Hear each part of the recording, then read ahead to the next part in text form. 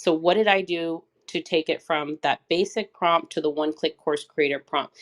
First of all, if you're in Poe, you can use the little broom and it's like starting over. But in Chat GPT, it does remember your previous chats. And it's kind of like you're training your own chatbot with your questions and your prompts. So one thing you can do is when you start your prompt, you can, if you want to start from scratch, you don't want to use previous information, you would start your prompt with forget all previous instructions. So that's one thing you can start with. Now the second thing is what we call the persona. Okay, this is how, what Hurt gave you, asking ChatGPT how to make it better, that is a way to advance your prompt. Another way to advance your prompts is by starting with the persona. So the cool thing about these chatbots is you are telling them who they are. So if I am creating a prompt for a course about digital marketing, I'm going to start after I say, forget all previous instructions. I'm going to tell ChatGPT or, whatever chatbot I'm using, I'm going to tell it who it is. That's the persona. Okay. So the way to do this is to think about whatever your output is, who would be the expert to create that. So if I'm creating a course about digital marketing, who would be the expert that would give me the best output? And by the way, you can have multiple experts here. You don't have to have one. So the way I do it is very simple. I just say, you are an expert digital marketer. Okay. You are also an expert course creator. So that's what you start with. Okay, you're telling it where it's an expertise, what it's an expertise in. And if you have questions about that, you could always ask, who's an expert of, this particular output that I'm trying to get? Who would be the expert? So if you're not sure, you can even ask. Okay. And then once you do that, you want to give even more description. So when I was doing the one-click course creator, not only did I say, you are an expert course creator, I say you use backwards design in all of your courses. You start with the end outcome in mind. So now you're giving a little bit more description about that makes it unique. And look, if you're creating something that you are the expert in, then describe yourself. That's how I did this with the one-click course creator. I thought, okay, what kind of knowledge and background would I want to put into every course? Well, I wanted to always use backwards design. Another thing I put in is your courses are experiential and project based. Please always include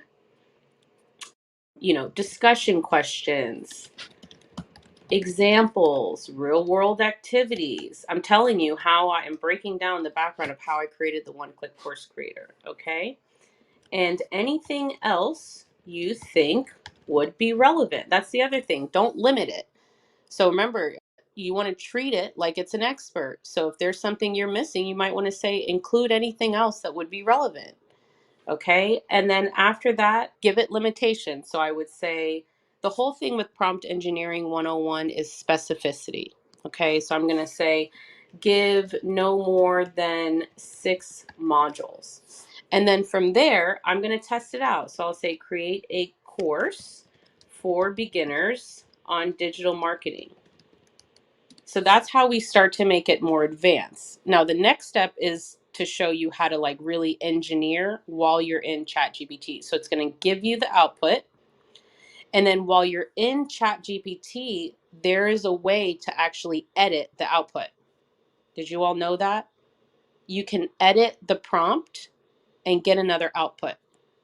Okay, we call that the simian forking method. So the full prompt is, you are an expert digital marketer. You are also an expert course creator. You use backwards design in all of your courses. You start with the end outcome in mind. Your courses are experiential, blah, blah, blah. Okay, so it gives me my whole output. Now, I might look at this. So I look at this now and I say, this doesn't give me any video scripts. And I would really like to include some video scripts because I know videos are important. So what I can do is come back to my prompt, okay?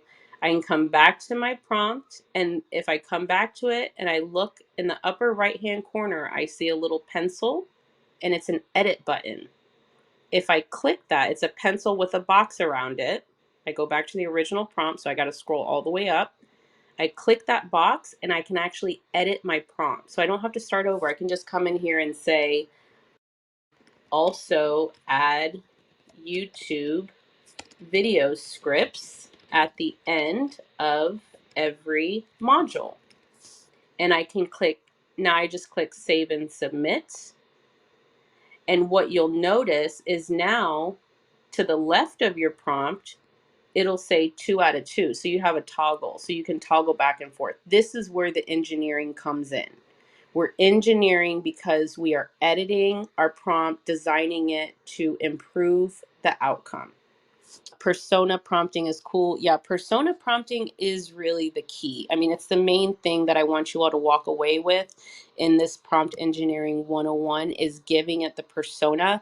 Once you start adding in that persona, you give it the context, you give it those step-by-step tasks. Another one that I didn't mention is the exemplars. That's really, really good. So if you have an example of what you want it to look like, you can add that to the prompt. So just when it comes to prompt engineering, think of giving directions to a 7-year-old. Okay? You want to break it down, you want to give examples, you want it to be very clear, short sentences.